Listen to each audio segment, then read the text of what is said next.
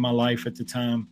And but ultimately, I was kind of a big, strong guy, and always able to lift and do whatever I wanted. Yeah. And but this lifestyle of avoiding doctors and eating what I wanted and things like that, and not really having an exercise routine that was really needed in my life, ultimately landed me in the emergency room with kidney failure. And I was a stage 5 ESRD. They first said it was AKI, but then after my kidneys didn't come back from the first dialysis treatment, they knew it was end stage 5 ESRD. So I was rushed to my local.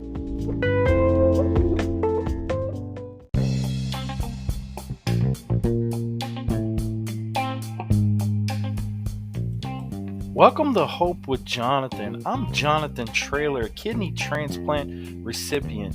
Based on my near-death experience with kidney failure, we now spotlight kidney patients' story, giving them a platform to express their personal journey with battling kidney disease, kidney failure, dialysis, waiting for kidney transplant, and much more.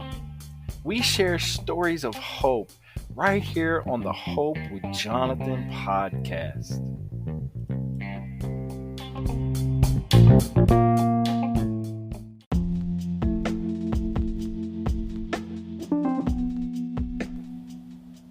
Hope with Jonathan podcast is a Hope Media production. Never let hope become a memory. Hope with Jonathan podcast is a Hope Media production.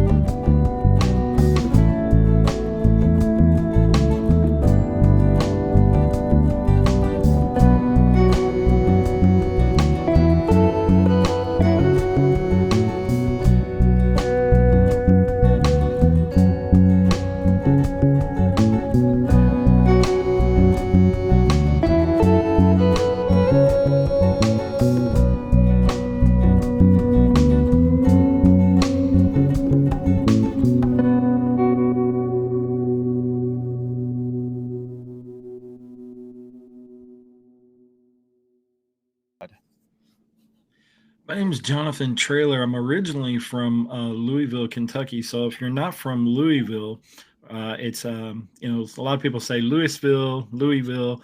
If you're from Louisville, it's Louisville. So I'm from Louisville, Kentucky, home of the Louisville Slugger and the Kentucky Derby. And but I now live down in the San Antonio, Texas area. It's kind of a Okay. long story how I migrated here, but let's just say that a lot of my family migrated here over the years, and that led to a decision later on for me to move down here in the San Antonio area. Well, what was the Um, motivation? I mean, you can talk about that a little bit. What was the motivation to get the family down to that part of the world? well, my grandparents retired down here, and they were a strong force in my life early on. Had a lot of a time, and I was really close with my grandparents. They had put a lot of effort into being involved in my life and being a positive force in my life. So when they moved away, it was definitely tough, and so we just kept coming down here and visiting like over the course of like 20 years. And so eventually we made a decision to move down here. So the schools are really good down here, and the community that we're in is a great community. And we wanted to move down here and be close to them. And then also my mom had came down here as well, so she kind of followed her mother, which is my grandmother and my grandfather. That she followed them down here, and so of course, when you've got someone like your grandparents and then your mom moves down to Texas, who were huge factors in your life, you want to be close to them. So we definitely, me and my wife, we talked about it. We conversed a lot about it. We came down and visited a lot, and ultimately made the decision to move down here. And it was a positive one for us, for sure. So you moved from Louisville. What? How did Hmm. you say it again? Louisville. Louisville. That's it. Yes, sir. Louisville, down Yes, to sir. San Antonio, Texas. So tell us about your transplant story a little bit. I mean, you've had a kidney transplant. I know that much, and I Yes, sir. follow you enough, so I've certainly seen some of your photos and so forth. But I have to admit, I don't know your wider story. So maybe you can kind of share a little bit of your story, Jonathan, how you eventually were able to get a kidney transplant. Sure. I think maybe a little bit of my backstory. My backstory is pretty long, but I'll give you the short end of it, and that may help about my transplant story. But so in 2019, I began to experience a lot of symptoms: uh, swollen ankles, legs, nauseated, chronic fatigue. These are all symptoms that I realize now, after being educated on kidney disease, that it was kidney disease, and I was really in bad shape. My potassium had really gotten out of control. And let me state this: prior to all this, I hadn't really went to the doctors like I should have, and I was ignoring a lot of things in my life at the time. And but ultimately, I was kind of a big, strong guy, and always able to lift and do whatever I wanted. Yeah. And but this lifestyle of avoiding doctors and eating what I wanted and things like that, and not really having an exercise routine that was really needed in my life, ultimately landed me in the emergency room with kidney failure. And I was a stage 5 ESRD. They first said it was AKI, but then after my kidneys didn't come back from the first dialysis treatment, they knew it was end stage 5 ESRD. So they I was rushed to my local hospital here, and they did blood work, and they came back and said, your kidneys are failed. We've got to get you to another city, to San Antonio, that actually has the dialysis machines that you need to save your life. I had never ridden in a helicopter before, Zach, and this was my first ride in a Bucket helicopter. list. Yeah, San Antonio is about an hour drive for me, and I got there in about 15, 20 minutes in a helicopter. As soon as I hit the doors, I crashed, and I blacked out. And Wow. they had to shock me and all that. This is all information coming back from the family, my wife and kids, that they told me all this later. I woke up 3 days later in the ICU, hooked to a rather large dialysis machine, Hmm. and they wasn't sure I was going to make it, but uh, thanks be to God, I ended up making it and survived that. And after about a 2 week stay, I went into in center dialysis at a local DaVita here in the town that I live in, And I did that 3 days a week. I was on the TTS, which is Tuesday, Thursday, Saturdays. I did that for around 9 months. And then after around 9 months, I switched over to home hemodialysis.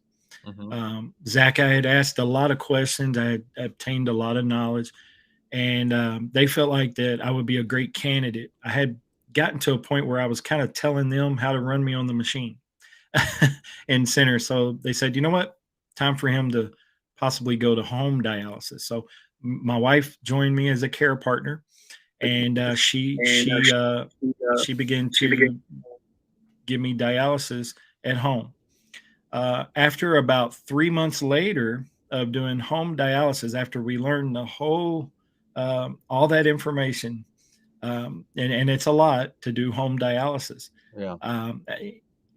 We got the call for transplant. Now, unfortunately, the person that was my donor, I actually knew him. I actually grew up with him in Kentucky, and he was a friend of the family. We went to events together. We attended church together. Our families knew each other for many years, and unfortunately, he passed away at the young age of 40. Wow. And his sister literally called the house, and I ignored her phone call because I didn't know what she really wanted. I thought a lot of people call me for tech advice, and we were heading out the door, and there was some sort of event that was going on, Zach, that I just felt like I needed to ignore that phone call. Hmm. And my wife got a phone call and said, hey, he really needs to pick up the phone. And so I pick up the phone and dial her back, and she's telling me on the other end, my brother's passing away, and this is crucial. We would like to donate on his behalf, his kidney. So What's uh, his name? his name was Scott, Scott. Wow. and Thank you, yes, Scott. sir. Yeah. And because he had signed the back of his driver's license, and became a donor, then Kentucky Organ Donation Association, CODA is the name of them. They they flighted that kidney from Louisville, Kentucky, all the way to San Antonio.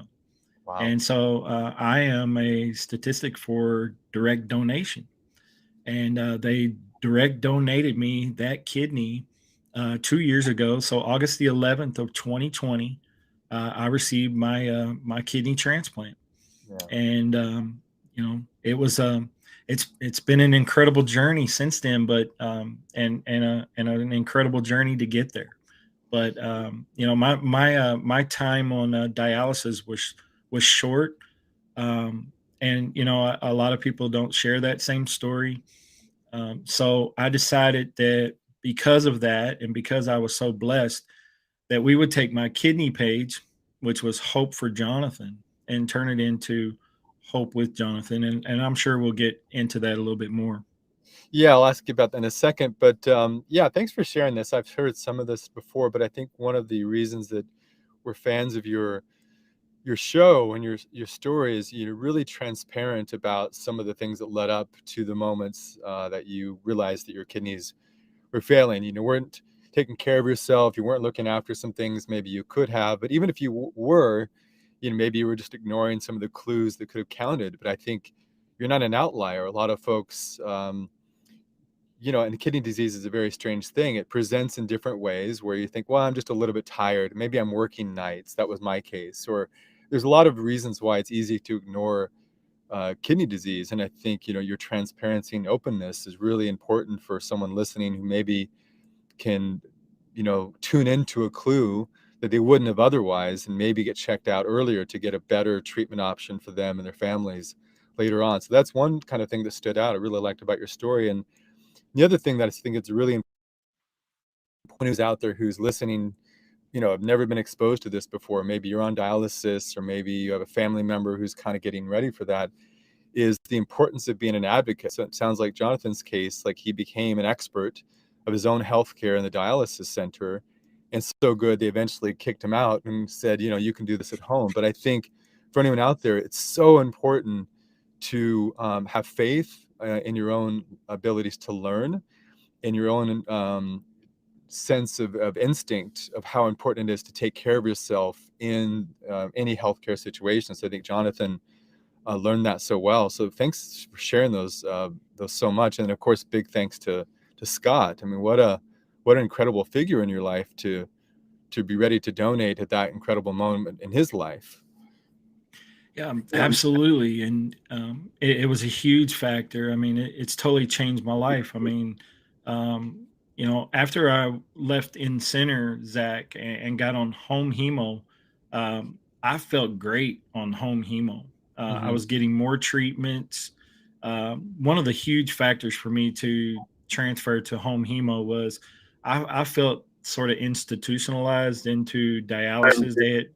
They had picked my time, my chair time, and I felt like my weekends were gone, and I was having every Saturday I was in there, and after I had the ability to transform over to and switch to home hemo, man, that was amazing. But and I had a lot of strength that came back. Like I said, I was getting more treatments, and I looked great, and but it still wasn't a kidney, and so as you know, your kidneys work 24/7. So I needed that kidney, and that was the next step. And once I got the kidney, I mean, here I am now. I mean, Zach, I'm back working. I'm doing things that I never thought I was going to do again.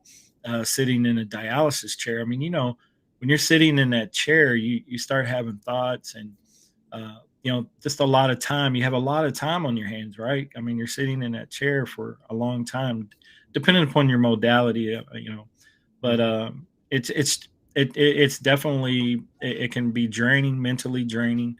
And during my time in chair, I used to think about getting a kidney transplant, but prior to all this, I didn't have any education on any of this stuff. Mm-hmm. I had so many different factors and symptoms from years ago that should have been looked at.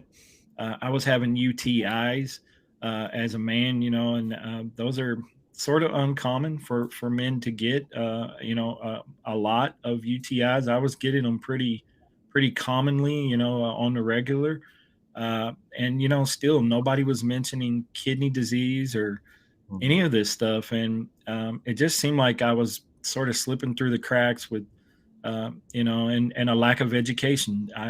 Whenever I woke up on a dialysis machine, I mean, I had to get completely educated on dialysis, and then here they came in the room and started talking to me immediately Yeah. about the renal diet and things like that, and I mean, it was literally like a truck, like kidney disease was a Mack truck and just crashed into me. Yeah, Mack truck of learning, right? A bunch of Yes. stuff you have to learn when you're at your weakest point, and you find some strength you didn't know you had. So maybe you Yes, can sir. talk a little bit about hope for Jonathan and then hope with Jonathan, because like I said at the outset, we really wanted to, as friends of world transplant athletes, really wanted to celebrate you and the organization that you're developing and the good work that you're doing in the worldwide community at this point. Sure, absolutely. So my Facebook page, I had for my own kidney journey or kidney search, donor search, was called Hope for Jonathan. After I got my kidney, I realized that there was so much more that needed to be done, and I had been interviewed on other shows and other podcasts to, help find a kidney donor, and I realized that I thought, well, you know what, maybe I could do that as well, and so we turned Hope for Jonathan into Hope with Jonathan. And our message is really simple. We want to share your story, and we feel like that by sharing your story that you're sharing hope with other patients. And we've tried to bring on a lot of other patients who have had successful kidney transplant, or maybe they've been a living kidney donor and things like that, so that they will inspire other patients. Because I noticed in center a lot of people they're gloom and doom, and they have a lot of low emotion, they're depressed, they're facing a lot of anxiety, and they need uplifting stories to see that you can make it. And kidney disease, if you manage it well, you can continue life and do other things. And there's even there's life after transplant. Me and you, Zach, are witnesses of that, testimonies of that. And so I think it's important that we share stories like this to help encourage others to want to continue to fight and want to continue to strive to get that kidney transplant. Do well. In center and be engaged with their medical team and know their medications and try to take care of yourself the best you can. Get on that transplant list so that you can be transplanted. If that's your wish. Some people don't wish to have a kidney transplant, and that's okay too. Mhm. That's their choice. But in my case, I can only tell my story. A kidney transplant has been a huge blessing for me. Yeah, and you kind of share this a little bit, but the second thing I wanted to ask about you and the organization is what the main message is. I mean, obviously there's a component of sharing the stories, but if you had to distill your main message into one sentence, what do you think that would be? Main message is we want to share stories of hope, and that can be anything. That literally, I mean, with kidney disease, it's a great way for us to share stories that of people who've overcome kidney disease and things like that. But we're also going to be branching into some other diseases and things like that. So we want to branch our show out. But the main message is sharing a message of hope for other patients to see other people, achieving greatness and overcoming kidney disease, and that there's life after kidney disease. Yeah, and you kind of are anticipating my next question. I don't know if you saw these ahead of time or not, but um, what I've witnessed over the last year and a half or so of following your show is that you have branched out. So you're not just talking to patients at this point. It seems like you've talked to some renal dietitians and nurses and doctors and so forth. Can you talk a little bit about some of the programming you're doing besides just talking to the patients? Yeah, we've made a lot of friends along the way, like you, Zach. So we've branched out. We feel like education is huge. Like I said before, I got diagnosed with and crashed into dialysis, near death experience, and I had no education on it at all. And I feel like education is key, and that it's huge. It's a huge factor. So we reached out to like some dietitians and nurses and some doctors. We want to really branch out into that area of education. Like I said, I think it's a huge factor that a lot of people, and there's a lot of stories like mine that people end up on dialysis with kidney failure, and then they say, you know what? I didn't have very much education. I didn't see much out there on it. So we feel like the education's a huge factor. So Yeah, that's the that's reason why. yeah, well, we get that. That's one of our core findings, is how much we as patients on the other side of things can help current patients or people even in the future who are not yet patients experience than what you and I had. And if we can do that, collectively and individually, um, I feel then we're all hugely successful. If one person gets a better outcome in whatever way, emotional, physical, had or I had, then gosh, I feel like this conversation today and all the many things we're doing on a daily basis are definitely worth it. So we definitely are very aligned when it comes to that mission. So just one more question, Jonathan, before we let you go here is how can people engage with you further? You got, we can certainly put this on the post itself, but if you want to say how they can engage with you. Absolutely. So we feel like social media is a huge plug and a huge way to engage with others, also to spread our message. And so you can check us out at hopewithjonathan.com. That pretty much is where our, all of our social media pages are, things like that. So you can check us out, hopewithjonathan.com. We also, we're on the Facebook, Instagram, Twitter. We have LinkedIn. We're also on YouTube. YouTube is, a huge platform for us. We're recently having some pretty good success on TikTok, so have a pretty decent following over there, TikTok. We feel like social media is a huge way to get the message out there. So right now, though, our main source is YouTube. That's where we're promoting our videos and where we're placing them.